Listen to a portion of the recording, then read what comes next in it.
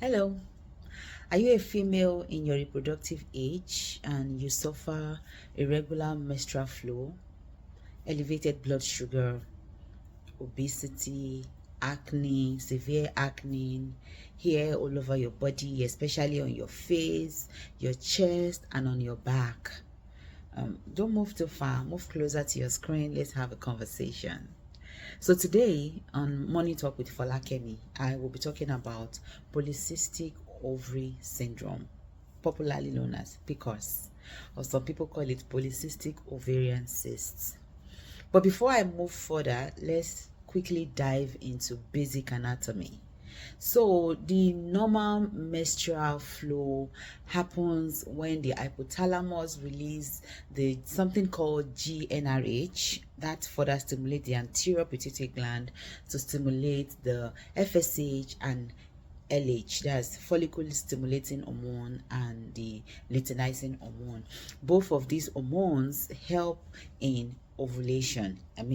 If the egg released during your ovulation is not fertilized, menstruation happen, and if by luck that is fertilized, pregnancy occurs.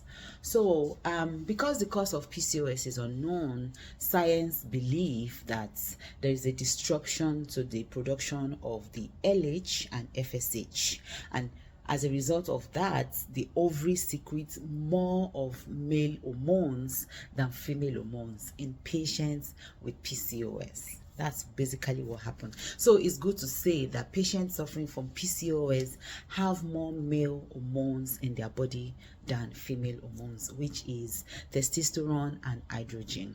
So when this happens, their menstruation cycle is messed up.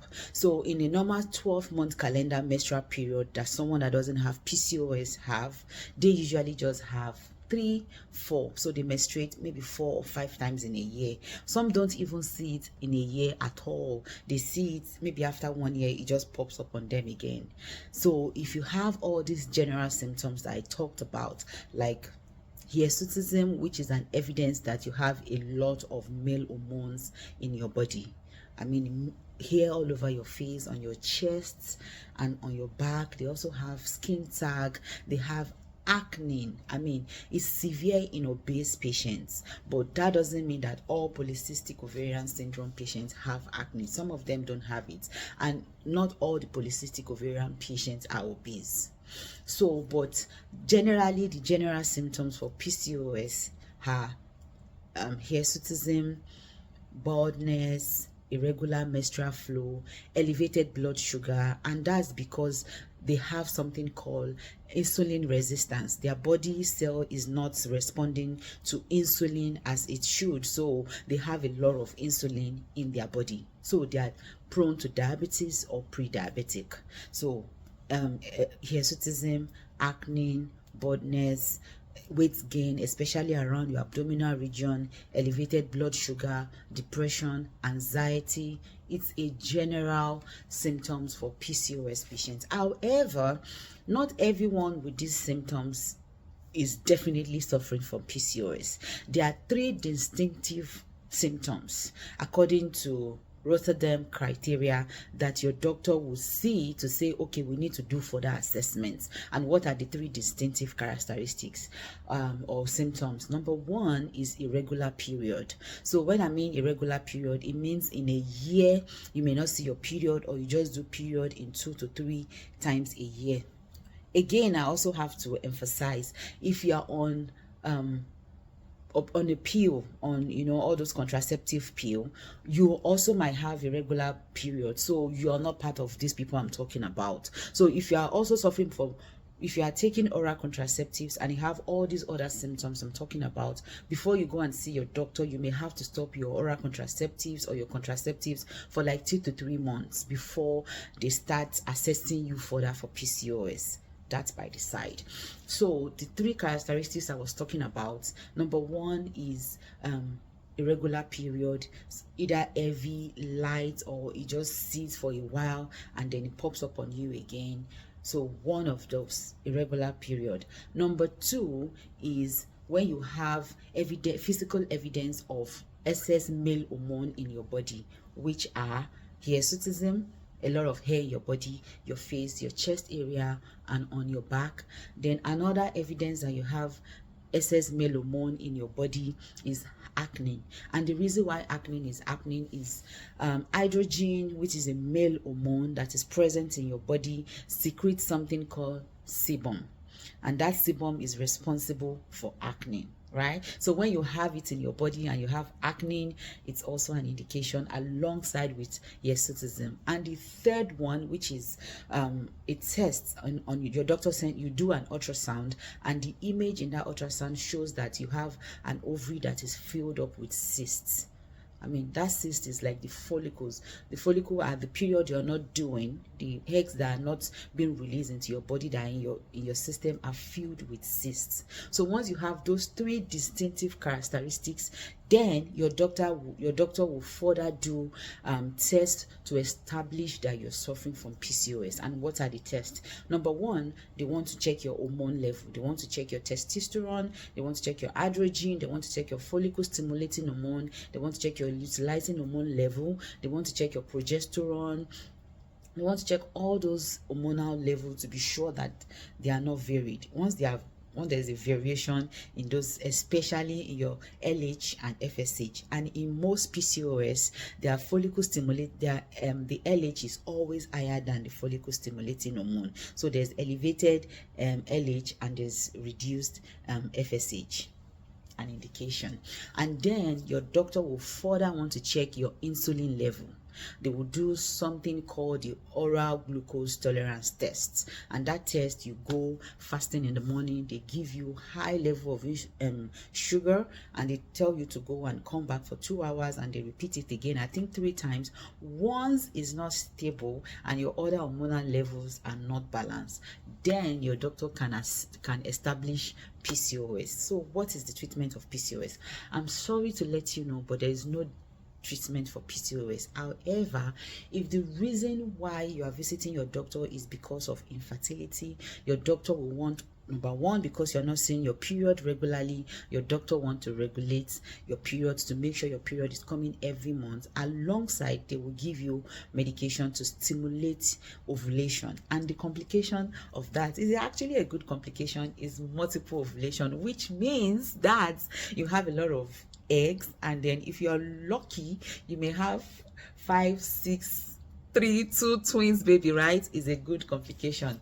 But once you are pregnant, please, you have to exercise a lot of caution, because you are very, very prone to gestational diabetes.